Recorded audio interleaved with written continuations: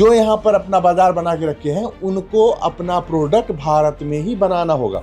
जो हमारी पॉलिसी है आत्मनिर्भर भारत की, तो यूएस भी चाहता है कि अब हम उसी तरीके से जो कैंपेन चला रहे हैं कि मेक यूएस ग्रेट अगेन। तो मुझे लगता है कि अब कोई नहीं जाना चाहेगा ऐसे में जो नए वीज़ा हैं, क्योंकि 88 लाख रुपए एक बड़ा अमाउंट होता है। ट्रंप जो पॉलिसी बना रहे हैं वो एक बिजनेसमैन की तरह है कि भाई मेरे को फ़ायदा होगा तो मैं इसके साथ ट्रेड करूंगा, नहीं होगा तो मैं नहीं करूंगा। अपने देश को प्रथम रखने की जो उनकी नीति है मुझे बहुत पसंद है। ट्रंप ने कहा है यह वीजा कार्यक्रम राष्ट्रीय सुरक्षा के लिए खतरा है। देश उस हिसाब से नहीं चलते हैं। पांडे जी फिर से ध्यान से सुनिएगा मैंने क्या बोला, फिर से आप सुनेंगे? मैं बिल्कुल। हाँ, अब मैं आपको सुनाता हूं। ये अमेरिका का वाणिज्य मंत्रालय का आधिकारिक सूचना। अब मैं भारत के प्रधानमंत्री की बात सुनाता हूँ आपको।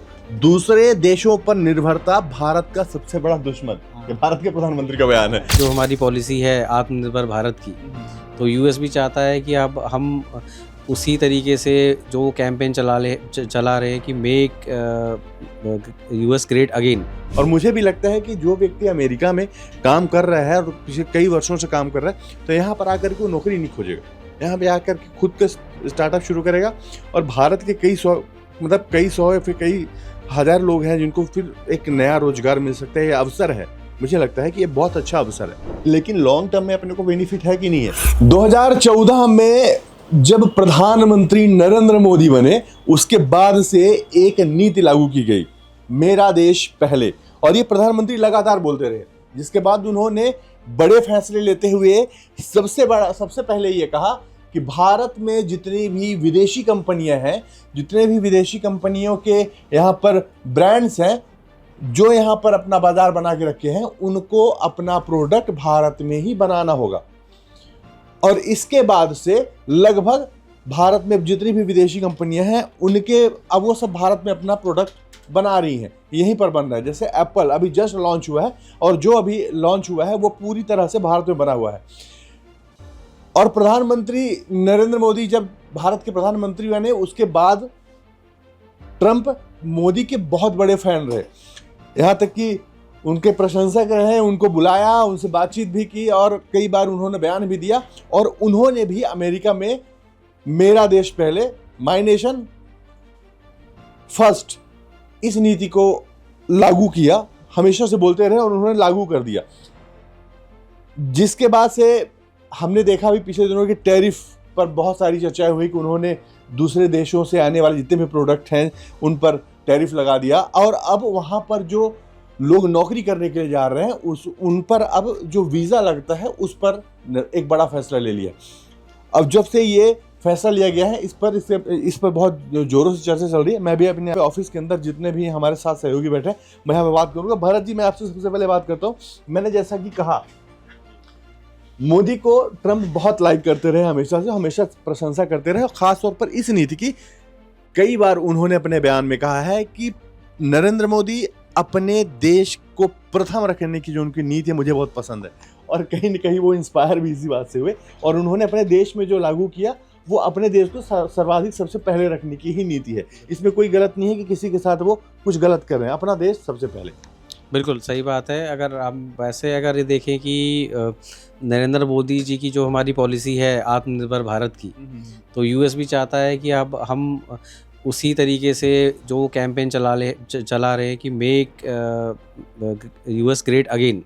मतलब जो पहले से तो ग्रेट वो बोलते हैं कि हमारा कंट्री ग्रेट है, बट इसको ग्रेट और ग्रेटर अगेन हमें बनाना है। जितने भी मैन्युफैक्चरिंग है वो कंपनीज हमारी बाहर कंट्रीज में ना करके यूएस में ही करें और यूएस से ही बेचें, तो उनका फोकस भी वही है। तो मेनली अगर आप देखेंगे तो फर्स्ट टर्म जब इलेक्शन लड़े थे ट्रंप और चुनाव जीत कर राष्ट्रपति बने थे यूएस के, तो उसमें हाउडी मोदी रैली हुई थी। तो मोदी ने उन्हें बहुत मतलब एक डायरेक्ट उनके लिए प्रचार किया था, उनके लिए एक तरह से कह सकते हो कि उनकी हेल्प हुई थी। वहाँ पे जो भी इंडियन डायस्पोरा वहाँ पे बैठा हुआ था यूएस के अंदर, उन्होंने मोदी से प्रभावित होकर वोट कहीं ना कहीं उन्हें दिया था।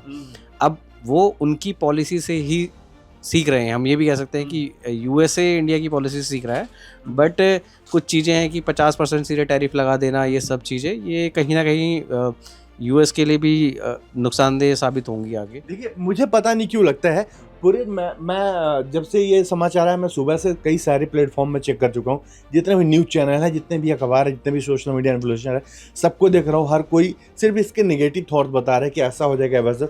मुझे लगता है कि ट्रंप इनडायरेक्टली सीधा सिर्फ इंडिया के लिए ही काम कर रहे हैं, फिर चाहे वो टैरिफ लगाया उन्होंने, या फिर यहाँ पर जो अभी जो वीज़ा की बात हो रही है, फिर वीज़ा के जितने भी 10 प्रकार होते हैं, फिर H1B वीज़ा हो या फिर चाहे जितने भी और अलग तरह के वीज़ा होते हैं, उन सब पे हम भले बात करें, लेकिन अगर टैरिफ भारत पर नहीं लगाते तो भारत में जो प्रधानमंत्री पिछले कई वर्षों से 2-3 वर्षों से 4 वर्षों से ये कह रहे हैं कि भाई हम अपना प्रोडक्ट खुद करेंगे, उसके लिए वो लगातार नारे भी दे रहे हैं, उस पर जोर नहीं देता। वो अभी तक उतना ज़्यादा लोग माइंड नहीं कर रहे थे, लेकिन इस घटना के बाद से, जब से ट्रंप ने टैरिफ लगाया, तो उसके बाद से लोग माइंड करने लगे हैं। आपको नहीं लगता है? बिल्कुल है। और दूसरा ये भी कि अगर हम बात करें, अगर से मोदी जी का आत्मनिर्भर भारत का कैंपेन है, वो बहुत अच्छे तरीके से काम कर रहा है। अगर आप इंटरनेशनल लेवल पे देखें, अगर हम डिफेंस में देखते हैं, डिफेंस का हमारा प्रोडक्शन बहुत बड़ा है बीजेपी गवर्नमेंट आने के बाद। ऐसा नहीं है कि ऑर्डिनेंस फैक्ट्रीज को जिन्होंने मर्जर करके कुछ चीज़ें बनाई हैं और प्राइवेटाइजेशन करा है डिफेंस सेक्टर में, पहले पर प्राइवेटाइजेशन नहीं था, उसको ये इंक्रीज़ कर रहे हैं। क्यों?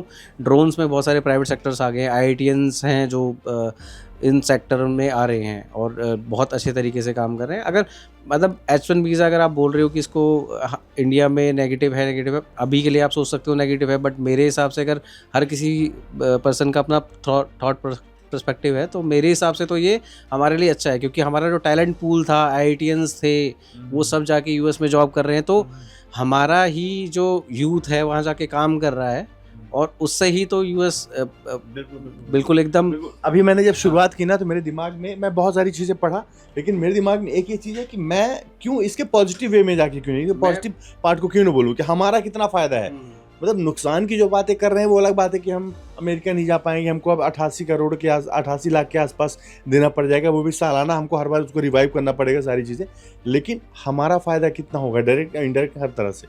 मेरे हिसाब से तो अभी के लिए आप कह सकते हो कि कुछ नुकसान होगा, बट अगर आप लॉन्गर रन में आप देखोगे इसको, अगर एक हम ब्रॉड पर्सपेक्टिव से देखें, जो देशों की पॉलिसीज़ बनाई जाती हैं, ट्रंप जो पॉलिसी बना रहे हैं वो एक बिजनेसमैन की तरह है कि भाई मेरे को फ़ायदा होगा तो मैं इसके साथ ट्रेड करूँगा, नहीं होगा तो मैं नहीं करूँगा, ये इससे मेरा फ़ायदा होगा तभी मैं इसके साथ ट्रेड करूँगा और अपने रेवेन्यू को बढ़ाऊँगा कंट्री के। बट देश उस हिसाब से नहीं चलते हैं।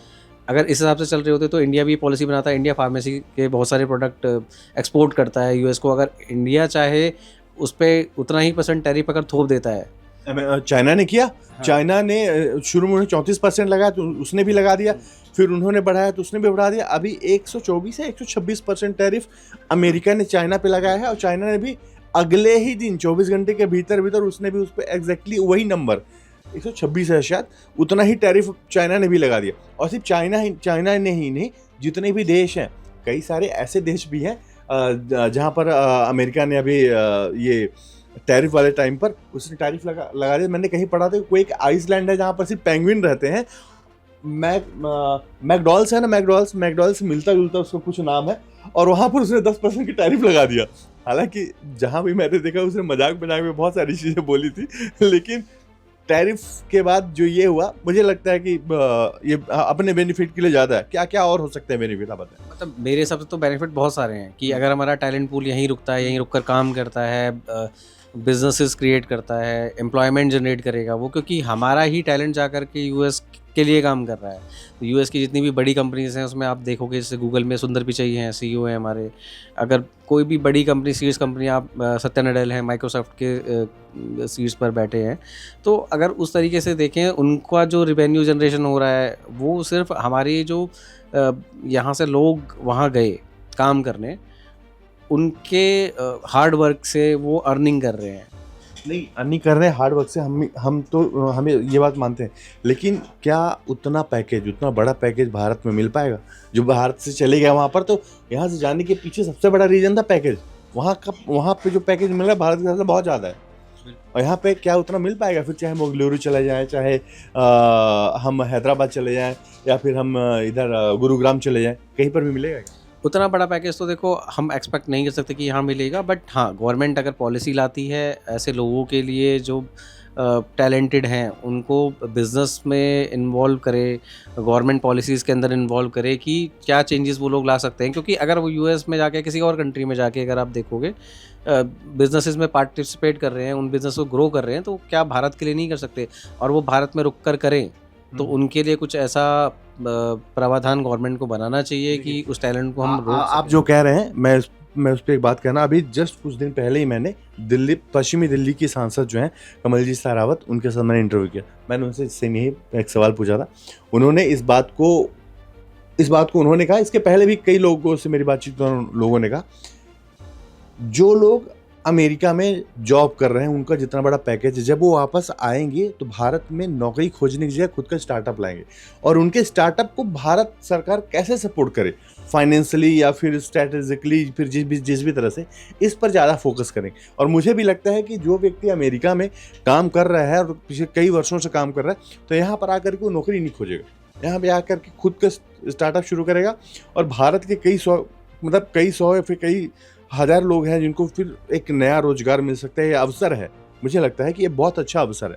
बिल्कुल जी, अवसर है, क्योंकि स्किल इंडिया जो गवर्नमेंट ने प्रोग्राम अपना चलाया है उसके अकॉर्डिंग गवर्नमेंट ट्रेनिंग देती है। जो भी पास आउट हो रहे हैं, ग्रेजुएट हो रहे हैं स्टूडेंट्स हमारे, उनको स्किल बनाना, अभी ये एक प्रोग्राम तो चला दिया गवर्नमेंट ने, बट उस प्रोग्राम को कितना वो ज़मीनी स्तर पर काम कर रहा है उस पर गवर्नमेंट को बहुत फोकस करने की ज़रूरत है। अगर गवर्नमेंट ये भी कर देती है तो हमारे ही देश का जो युवा है जो बाहर जाके जॉब कर रहा है उसे कहीं जाने की ज़रूरत नहीं पड़ेगी, वो यहीं रह करके एम्प्लॉयमेंट जनरेशन भी कर सकता है, बिजनेस जनरेशन भी कर सकता है, इवन एक्सपोर्ट में हम अपनी भागीदारी को बढ़ा सकते हैं उसको लेकर के। अभी तक हमारी जो इंडस्ट्री है वो सर्विस बेस्ड है, जो भी हम अर्निंग कर रहे हैं, अगर यूएस से बोले तो हम सर्विस बेस्ड बिजनेस कर रहे हैं। मैन्युफैक्चरिंग में अभी हम बहुत पीछे हैं, मतलब कई गुना पीछे हैं। अगर हम कंपेयर कर ले अपने आप को चाइना से, चाइना और इंडिया ऑलमोस्ट सेम ही टाइम पे आज़ाद हुए थे, दोनों को फ्रीडम एक ही टाइम पे मिली है। बट अगर हम तो उस हिसाब से अगर हम कंपेयर करें तो गवर्नमेंट को कुछ ऐसी पॉलिसीज़ लानी पड़ेंगी कि ऐसा टैलेंट पूल अगर हम अपने पास रोक रहे हैं तो उनको रोकने के लिए हमारे पास वैलिड चीज़ें भी होनी चाहिए कि हम अगर वो टैलेंट पूल को रोक लेते हैं, उस टैलेंट पूल का टैलेंट यूज़ कहाँ करना है हमने। तो अगर ऐसा करते हैं तो आई थिंक मैं तो इसको पूरा पॉजिटिव तरीके से लेता हूँ कि मैं तो ये बोल रहा हूँ कि और टैरिफ लगाए, अगर इस तरीके का टैरिफ लगाना है तो वो हमारे देश के हित में बहुत है। इस तरीके के टैरिफ लगाते हैं तो हमें लॉन्ग रन में बहुत फ़ायदा मिलेगा, शॉर्ट टर्म में हो सकता है कुछ थोड़ा बहुत नुकसान हो सकता है, ऐसा कोई बड़ी बात। विष्णु, आपको क्या लगता है? ऑफ कोर्स यार, लोग कम जाएंगे, कोई 88 लाख रुपए क्यों देगा ऐसे में। ये जो फैसला है अमेरिकी सरकार का, ये तो मुझे लगता है कि अब कोई नहीं जाना चाहेगा ऐसे में, जो नए वीज़ा हैं, क्योंकि 88 लाख रुपए एक बड़ा अमाउंट होता है। तो उन्होंने ऐसा फैसला क्यों किया? क्या कारण पड़ गया भाई? उनके यहाँ पर अगर लोग आ रहे हैं, जितने भी उनके यहाँ की कंपनियां हैं, वो भारत से सबसे ज़्यादा जो IT एक्सपर्ट हो या फिर टेक एक्सपर्ट जितने भी जा रहे हैं यहाँ से, सबसे ज़्यादा भारत से जा रहे हैं। दूसरे देशों का पैकेज जाते सभी देशों से, भारत के सबसे ज़्यादा है। ऐसा क्या लगा उनको कि भारत के लोग यहाँ पर आ रहे हैं तो क्यों इनको रोका जाए? क्या कारण है कि उनको लगा कि रोक देना चाहिए, इनको बढ़ा देना चाहिए, इसमें इस तरह से हमको नियम लागू करने चाहिए कि लोग ना आए? दरअसल क्या, एक्चुअली आप अगर जो अमेरिका का वाणिज्य मंत्रालय है, अगर उनकी आप वो अधिसूचना जो जारी किया, अगर आप वो पढ़ेंगे नोटिफिकेशन, तो उसमें यह भी कहा गया है कि अगर विदेश से ज़्यादा लोग आ रहे हैं तो उनका ये साफ तौर पे कहना था कि अवैध गतिविधियों में संलिप्त हो सकते हैं। अगर अब ज़्यादा भारतीय आ रहे हैं यहाँ अमेरिका में, अभी मैं पढ़ रहा था उसमें उनका यह भी कहना था। साथ ही साथ यह भी उनका कहना था कि अगर यहाँ जो कंपनियां हैं, अगर उनको लगता है कि हाँ जो बाहर से बंदे आ रहे हैं, जो यानी कि भारत से बंदे आ रहे हैं तो अगर वो इतना टैलेंटेड हैं तो वो हमें 88 लाख रुपए दें तब यहाँ हायर करें। ये अमेरिका का अगर कोई भारत से व्यक्ति जा रहा है वहाँ पर भरत जी, और वो अवैध गतिविधि में संलिप्त है, तो क्या 88 लाख रुपए देने के बाद उसकी गतिविधि अवैध नहीं रह जाएगी? अगर संलिप्त है ही तो बिल्कुल नहीं। बताओ। तो इसकी तो कोई गारंटी ही नहीं है ना। फिर तो वो एक अलग मैटर हो गया कि मतलब ज़रूरी नहीं है क्योंकि यहाँ से अगर कोई बंदा जा रहा है तो वहाँ क्रिमिनल एक्टिविटीज़ के लिए जा रहा है, क्योंकि इतना पैसा लगाकर अगर कोई बंदा जा रहा है तो अच्छे फ्यूचर के लिए। जितने भी लोग जाते हैं तो उनके लिए जो नियम होते हैं, लगभग सारे नियम ऐसे हैं कि आपको अगर H1B वीज़ा लगना है तो उसके लिए आप जो यहाँ से आपको यहाँ से रिकमेंड करें वो व्यक्ति अमेरिका का ही है। कोई भी व्यक्ति, जैसे मान के चलिए आप अमेरिका के हैं और मैं यहाँ पर एम्प्लॉय हूँ और मेरी स्किल अच्छी है, तो आप मुझे पहले रिकमेंड करोगे और आपके थ्रू मुझे मिलना है, और आप किसी न किसी आईटी बड़ी कंपनी के हो। एक पांडे जी की पहले सुनिए। ट्रंप ने कहा है यह वीजा कार्यक्रम राष्ट्रीय सुरक्षा के लिए खतरा है। जांच एजेंसियों ने पाया है कि H-1B वीजा के तहत कर्मचारियों को बुलाने वाली कंपनियां फर्जीवाड़ा कर रही हैं। कंपनियां धन शोधन के साथ अवैध गतिविधियों के लिए विदेशी कामगारों को प्रेरित कर रही हैं। पांडे जी फिर से ध्यान से सुनिएगा मैंने क्या बोला, फिर से आप सुनेंगे? मैं बिल्कुल, हाँ, अब मैं आपको सुनाता हूं। ये अमेरिका का वाणिज्य मंत्रालय का आधिकारिक सूचना अब मैं भारत के प्रधानमंत्री की बात सुनाता हूँ आपको। दूसरे देशों पर निर्भरता भारत का सबसे बड़ा दुश्मन, ये भारत के प्रधानमंत्री का बयान है, और ये बयान जस्ट अभी रिलेवेंट ही है। तो आप, अब मेरा जो प्रश्न था आपने उसका आंसर किया। मेरा उसमें ये सवाल था कि अगर 88 लाख रुपया देने के बाद वहां पर व्यक्ति जा सकता है, और इनका मंत्रालय अगर ये कह रहे हैं कि भाई जो लोग आ रहे हैं वो आपराधिक गतिविधियों में संलिप्त हैं, तो क्या 88 लाख प्रेरित करती हैं? तो भाई ठीक है, प्रेरित करती हैं। कम पैसा देके जा रहे हैं तो प्रेरित कर रहे हैं, ज्यादा पैसा देंगे तो प्रेरित नहीं करेंगे। फिर अगर वो तो क्रिमिनल हो गई तो फिर क्रिमिनल होगा, अगर नहीं है तो फिर नहीं होगा। बिल्कुल नहीं, वो अभी वही जो बताया ना कि उनका ये कहना है कि जो विदेशों से आ रहे हैं भारतीय, वो प्रेरित कर रहे हैं, वो अवैध गतिविधियों में उनको प्रेरित वो हो रहे हैं, इस तरीके से उनका कहना है अमेरिकी वाणिज्य मंत्रालय का। वही मैं आपको बता रहा था। आपने ये बात बहुत सही कही। उनके वाणिज्य मंत्री ने, फिर उनके मंत्रालय से जो भी बातें बोली गई, वो अपना दृष्टिकोण रख रहे हैं। हम उस पर बात कर हम उस पर ही बात कर रहे हैं।